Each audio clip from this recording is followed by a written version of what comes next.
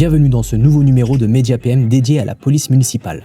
Comme vous le savez, notre mission est de vous tenir informés des événements marquants qui rythment le quotidien des policiers municipaux. Ces dernières semaines encore, notre profession a été au cœur de l'actualité. Des interventions délicates en passant par des défis sécuritaires, les agents de police municipale sont sur tous les fronts pour assurer la tranquillité publique et le bien vivre ensemble dans nos communes. C'est pour toutes ces raisons que notre média se veut le porte-voix de ces femmes et hommes engagés au service de la population. Nous sommes là pour relayer l'information, décrypter les enjeux et de mettre en lumière le travail essentiel accompli par la police municipale. En effet, MediaPM est le fruit d'un travail bénévole et volontaire porté par notre passion pour notre métier et notre volonté de partager avec vous la réalité de notre quotidien. Abonnez-vous gratuitement à notre chaîne MediaPM et partagez nos vidéos autour de vous. Chaque nouvel abonné, chaque partage est un encouragement supplémentaire qui nous pousse à continuer. Alors n'hésitez pas à cliquer sur le bouton s'abonner et à faire connaître notre profession et ses enjeux. C'est avant tout grâce à vous tous que nous pourrons continuer à porter haut et fort la voix de la police municipale. Merci d'avance pour votre soutien et votre fidélité. Et maintenant, place à l'actualité.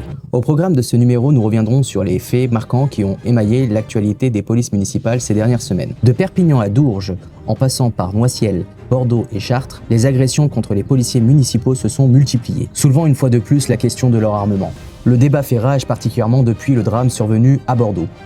Face aux difficultés de recrutement, certaines villes comme Nantes ont décidé d'organiser leur propre concours de gardiens brigadiers en boitant le pas à Paris. Le bobo de la police municipale se poursuit, avec son lot de débats et d'avancées sur un sujet plus que jamais central. Nous vous tiendrons informés des dernières discussions. Enfin, nous aborderons un sujet qui ne manquera pas d'alimenter les conversations dans les forums. Les propositions de Stanislas Guérini, qui pourraient déboucher sur une réforme en profondeur du statut des fonctionnaires. Comme vous pouvez le constater, l'actualité est riche. Commençons sans plus attendre. Commençons par un article d'Actu 17 datant du 4 avril, donc à Perpignan, où 2 policiers ont été blessés lors d'une opération Place Nette dans le quartier de Saint-Mathieu. Un policier municipal a été frappé à la tête avec un bâton tandis qu'un policier adjoint a reçu un coup de couteau à la cuisse en venant en aide à son collègue. L'agresseur, un marginal, a été maîtrisé et interpellé. Le syndicat Alliance Police Nationale a salué l'acte de bravoure du jeune adjoint qui a risqué sa vie pour permettre l'interpellation. Restons sur Actu 17. Donc le 9 avril, un contrôle routier a mal tourné à Dourges, près de Lens. Un policier municipal a été blessé à la tête en poursuivant un chauffard qui avait pris la fuite après un dépistage positif aux stupéfiants. Dans le même temps, un passager a menacé de mort un second policier avec une barre de remorquage. Grâce à l'intervention rapide de la BAC, les 2 suspects déjà connus des services de police ont été interpellés. Le lendemain, donc le mercredi 10 avril, l'article du Parisien annonce qu'un agent de 52 ans a été grièvement blessé à Noisiel, en Seine-et-Marne, par un jeune à scooter qui avait refusé d'obtempérer lors d'un contrôle. Le fonctionnaire souffre de fractures aux 2 jambes et son ITT s'annonce très lourde. Le chauffard a été interpellé sur place.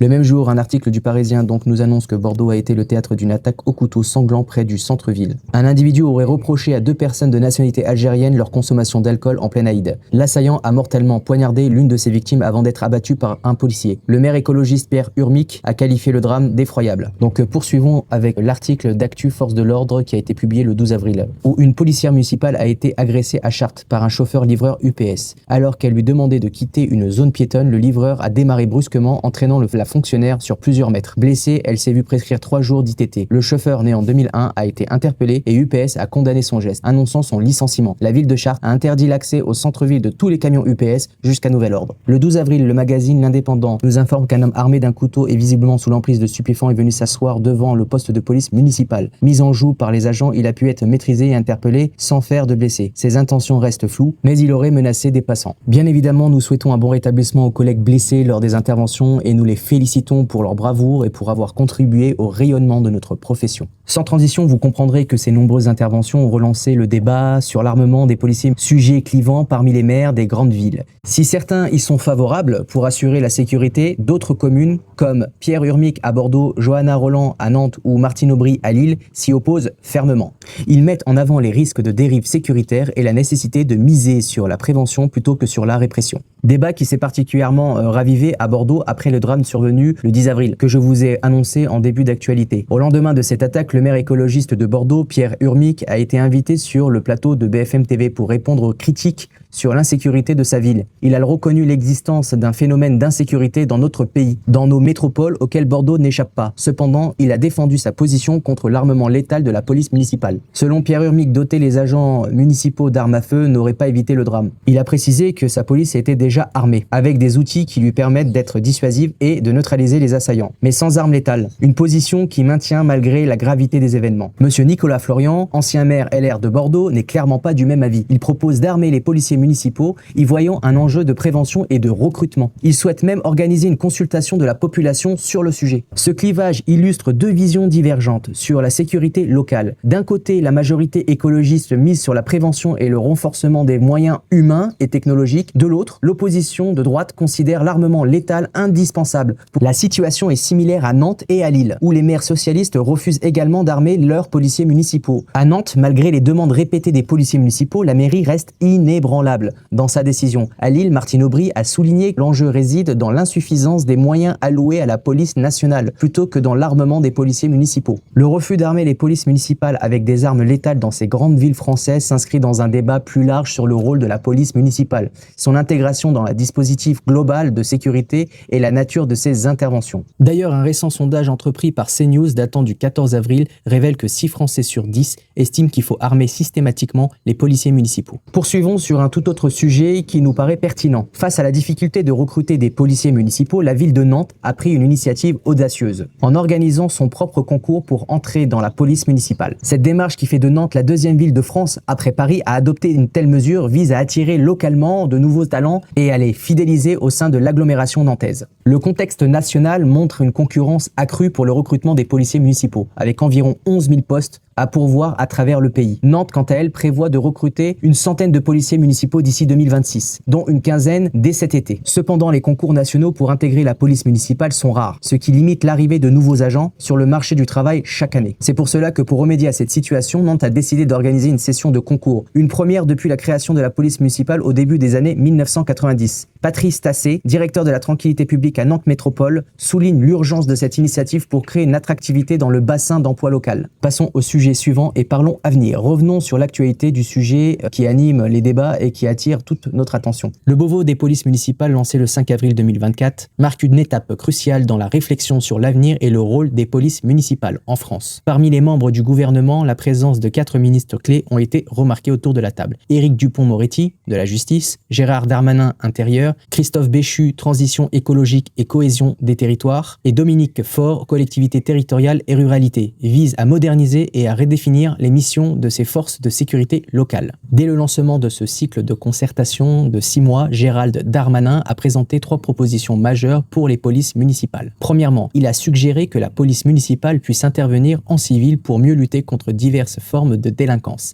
tels que les stupéfiants, le harcèlement de rue ou la contrebande de cigarettes. Deuxièmement, il a proposé que le produit des amendes perçues puisse, dans certains cas, être reversé aux communes, offrant ainsi une nouvelle source de revenus pour les collectivités. Enfin, la troisième proposition vise à permettre aux agents de se saisir de missions de police judiciaire du quotidien, qui ne relèvent pas du cœur du métier de la police nationale et de la gendarmerie. Ces propositions ont été accueillies avec intérêt, mais aussi avec prudence par les élus et les syndicats présents lors du lancement. 2 sujets principaux et clivants ont rapidement émergé. L'élargissement des compétences judiciaires et la question de la retraite des policiers municipaux. Ces points soulignent la complexité des enjeux liés à la modernisation de la police municipale et la nécessité d'un dialogue constructif entre toutes les parties prenantes. Parmi les élus, Jean-François Copé, maire du Républicain de Meaux, s'est distingué par une proposition audacieuse: rendre la police municipale une compétence obligatoire pour toutes les communes de plus de 10 000 habitants. Il a également suggéré que l'État autorise les communes à prélever une taxe affectée à ce service, convaincu de l'existence d'un consensus autour de cette idée. L'Association des maires de France, l'AMF, a exprimé des réserves quant à certaines propositions, notamment celle de rendre obligatoire la création d'une police municipale dans les communes de plus de 10 000 habitants. L'AMF insiste sur le fait que la sécurité est une compétence première de l'État et que l'action des polices municipales doit compléter celle de l'État sans pour autant modifier l'équilibre des compétences. Quant au Sénat, lui rappelle que les émeutes de l'été 2023 ont mis en lumière les défis auxquels les forces de l'ordre sont confrontées. Une mission d'information sénatoriale a recommandé de revoir la place des polices municipales, notamment en renforçant leur rôle dans la prévention et la réponse aux troubles à l'ordre public. Ces derniers rejoignent plus ou moins l'AMF dans l'orientation des réflexions. Voici les mots du sénateur LR Henri Leroy. Ils font une mission extrêmement importante, mais ce ne sont ni des agents de police judiciaire, ni des officiers de police judiciaire, recadre le sénateur des Alpes-Maritimes, lui-même officier de gendarmerie de profession. En fin d'article donc sur le journal La Gazette, nous pouvons tout de même lire qu'il reste un sujet très important, le sujet des retraites.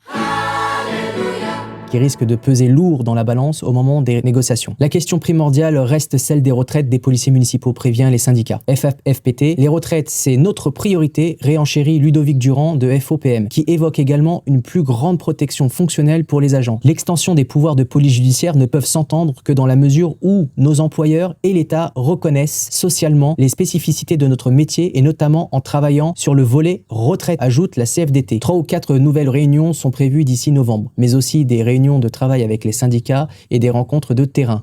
2 dates ont d'ores et déjà été arrêtées, le 16 mai au ministre de l'Intérieur et 27 mai à la Grande Motte. Dernier sujet du jour, donc c'est un article paru sur la Gazette le 10 avril, donc, sur une proposition de réforme de la fonction publique présentée par Stanislas Guerini, ministre de la Transformation et de la fonction publique. Donc le ministre a dévoilé ce mardi 9 avril ses premières intentions pour la réforme de la fonction publique prévue d'ici la fin de l'année. Parmi les mesures phares, on retrouve la proposition déjà connue comme la volonté de mieux récompenser le mérite, de lever le tabou de licenciement des fonctionnaires ou encore de titulariser les apprentis. Mais la surprise vient de l'annonce d'une possible réorganisation, voire suppression des catégories A, B et C, qui structurent actuellement les différents corps de la fonction publique. Cette option inscrite en rouge dans le document selon la CFDT apparaît comme un axe central de la réforme. Sans surprise, ces annonces suscitent de vives réactions parmi les partenaires sociaux. Si le gouvernement met en avant sa volonté de moderniser la fonction publique pour l'adapter aux enjeux actuels, les syndicats s'inquiètent d'une remise en cause du statut de garantie des agents publics. La fusion des catégories fait notamment craindre à une dilution des spécificités de chaque corps et une perte de lisibilité des carrières. Quant à la question du licenciement, elle est vécue comme une attaque frontale contre la sécurité de l'emploi, fondement de l'engagement des fonctionnaires au service de l'intérêt général. Bon, pour le moment, rien n'est encore fait. Stanislas Guerini aura fort à faire pour convaincre des bienfaits de ses propositions. C'est la fin de cette actualité de Mediapm. Je vous dis à bientôt et n'oubliez pas, abonnez-vous.